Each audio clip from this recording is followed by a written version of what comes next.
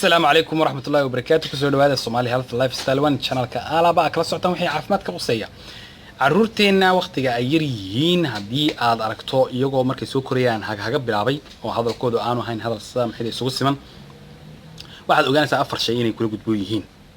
كو إن آد المها غير برتو إنه هذيك سنكروك المدة قابن أو جواب وبحين كرام حين نسوي حل ويديو سلوك كلا وصبنا وحكود البنكرة دون مثل محل الدنيا إنه واحد البضة إنه السؤال يرو قابن وحكود ويدين كرو هدي wax laga weydiiyona jawaab yar gaaban oo bixin karo hadii uu hadal iska caadi cabirayna inuu hadal yar gaaban maxay uu garanayo dumarka haysto maxay yani kelmado fara badan oo gaaban oo noloshiisa ku manage garan karo waxa uu ka baxsanaya in uu xagagadii soo saaro oo taas maxay mar dhow haduu madrasada joogo iyo haduu shaarica joogo iyo hadii guriga joogaba ku noqon lahayd magaranaysa yani caqabad weyn oo ka haysata xagga tawaasulka ama connection ku dadka la leeyahay taas waa koow laba in aad يعني ilmaha yar u sheegto waxaan inay tahay wax aan saw si weynin oo waqti yar oo dhow gudihii uu ka bogsan karo dad tiraam xidhay hebel baale oo maxay xagagadana ma aha wax maxay kaliya oo kaliya ah sidoo kale waa kii hebelna ka bogsaday hebelay waa tii ka bogsatay qof kasta waa caadi wax noqonaya qof nafsiyan murtaaxa oo dareemaya waxaan inaanahay wax garanaysa weyn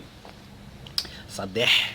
in aad ilmaha yar marka uu hadlayo aanad ka dhexgelin hadalkiisa hadaan uga dhex gasho ama aad aglifiisa ugu eegto islaam xidhay yani waxaan ku hadlayay maxay aan la fahmin maxay ahayd waxay noqonaysaa inay stigma ku noqoto oo ilmaha yar intuu nafsiyan mucaqad noqdo maxay hadalkiina uu ku sii dhago iriiduna sii waalato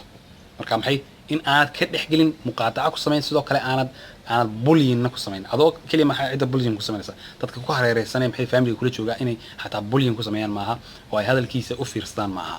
وهوية إن الله يستمع كلام generally لو أجي أرين تاني تاي أرين تدكو أي دوين كران تدكو أي حمين كران لبضا بعد مسكح لو هيو وحنوان ساين لقى بحسن كرو أرين تافوش حلة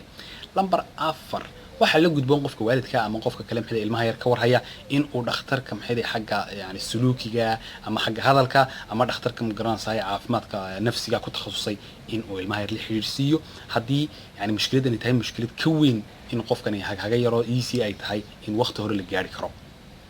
ده تكتب جبيني السلام عليكم ورحمة الله وبركاته.